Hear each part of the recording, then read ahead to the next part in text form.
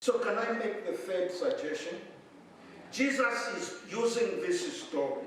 Jesus wants to point out that the Sabbath commandment was not given to hinder or limit mankind. No, the Sabbath was given to free and bless the human family. The church, when the Sabbath is rightly understood, we will order our lives in such a way that our lives give expression to the will of God. You see, Jesus is pointing out here that the Sabbath is supposed to be a blessing to all mankind. True Sabbath is found in Jesus. It begins in Jesus. It leads to Jesus. God's people will keep the Sabbath now and keep the Sabbath in the hereafter. See, the Sabbath is an eternal rest. When I read this passage, I read it several times. Then I began to understand these Pharisees, the so-called elders of the nation. You see, they made suggestions to God's law. And then they began to teach those suggestions as the law. They continued to push these human ideas to the point where they thought Jesus was a burden and he needed to be killed. No. I'll tell you that there are a lot of people today who do not understand the law. They want to throw the law away because they think it's becoming a burden. No. And many people, like these Pharisees, don't understand that the Sabbath was created for everyone to experience the love of God and to share that love with the neighbors. Now, I will be the first one to tell you that there are people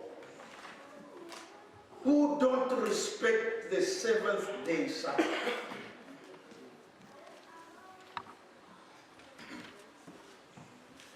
But I should be quick to tell you that we, Seventh-day Adventist church members, are making it difficult for the world to worship on the Sabbath. You see, we come to the church of worship, then we gossip,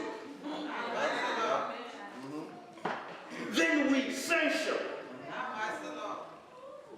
then we criticize, we tear each other down. What kind of rest is that?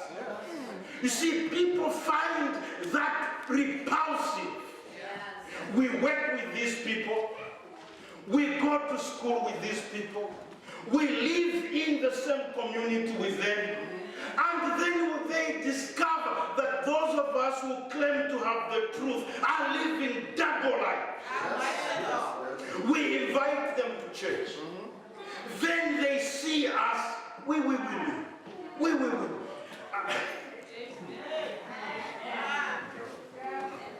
Amen.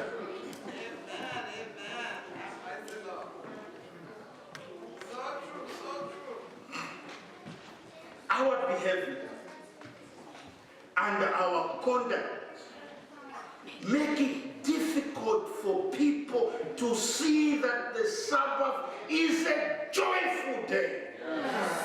The Sabbath must be a day of celebration. It is connected to our creation history. It is supposed to be a perpetual relationship with God. You see, we must come to the Sabbath day to worship God in joy, in truth, and in spirit. Then we must share that joy with our neighbors. So let me tell you that what Jesus has done in this passage is he took the central parts of the Ten Commandments, Exodus chapter 20, verse 8 through 11, and interpreted it. He does not break the Sabbath, no. He does not abolish the Sabbath, no. He fulfilled the Sabbath and expanded it. In Mark chapter 2, verse 27 and 28, Jesus takes the Sabbath and places it in its rightful place in the history of mankind. He said the Sabbath was made for man, to benefit mankind. I have looked at Exodus chapter 20 and studied it, verse 8 and 11, and I discovered that this introductory word, remember, is powerful. You see, the words, remember, says that the Sabbath has a past. It was not given on Mount Sinai. It goes back to the creation week. The word remember has a presence.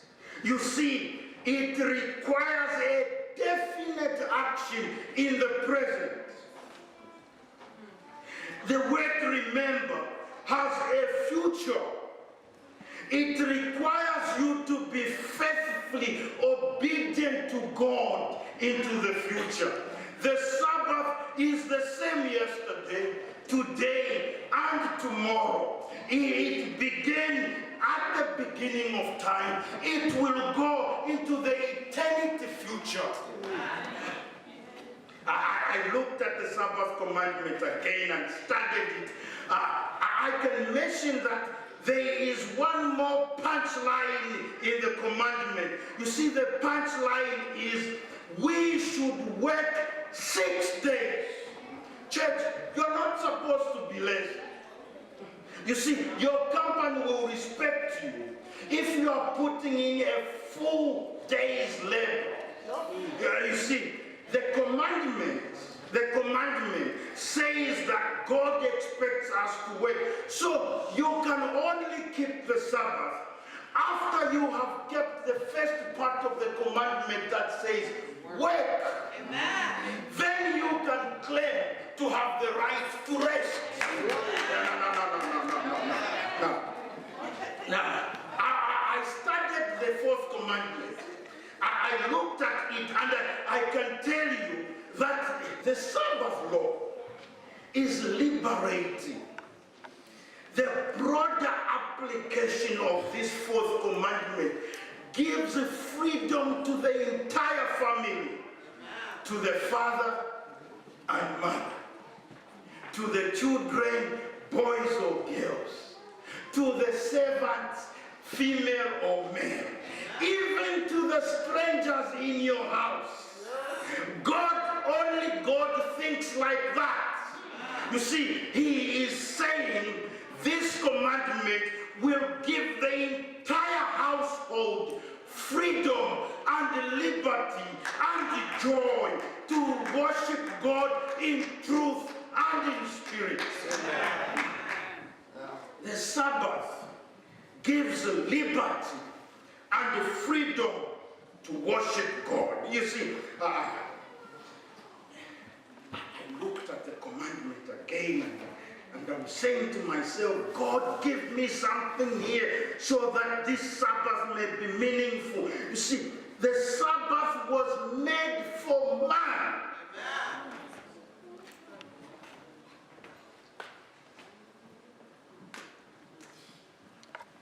It is not only a day of physical rest. It's a day of spiritual exercise. The Sabbath is a promise, a guarantee, a covenant. God guarantees the experience of freedom, of liberty, of joy, and eternal communion. You see, when we worship on the Sabbath, we can experience that joy and experience the foretaste of that ultimate reality with God in that